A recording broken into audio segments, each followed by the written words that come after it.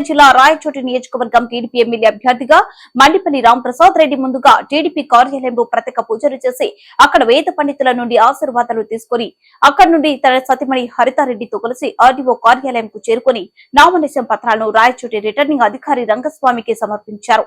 Telugu Desam party తరపున రాయచోటి నియోజకవర్గానికి MLA అభ్యర్థిగా నామినేషన్ వేసినందుకు తనకు ఎంతో సంతోషంగా ఉందన్నారు.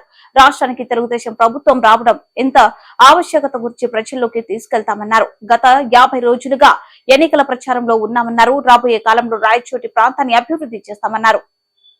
అభివృద్ధి చేసుకునేదానికి ప్రజలకు ప్రతి ఒక్కరికి నేను ఒకటే విన్నవించుకుంటున్నాను మనసారా.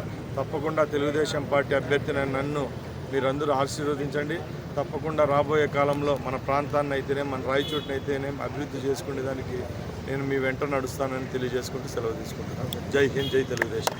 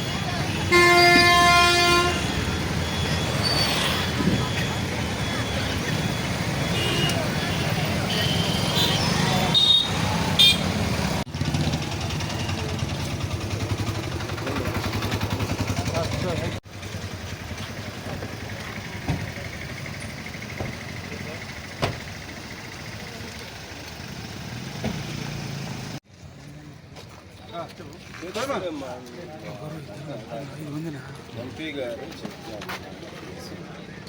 చూసుకో సార్ చెప్పు బయట ఏ విషయం ఎక్కడ కారు రవికి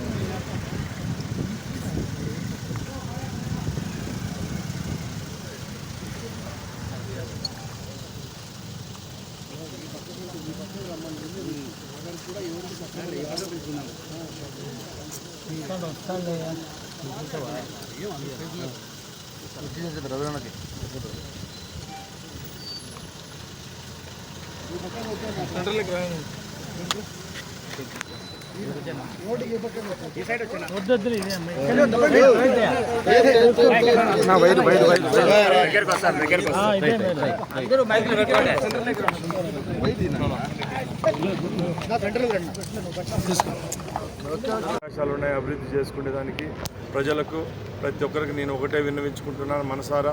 తప్పకుండా తెలుగుదేశం పార్టీ అభ్యర్థిని నన్ను మీరందరూ ఆశీర్వదించండి.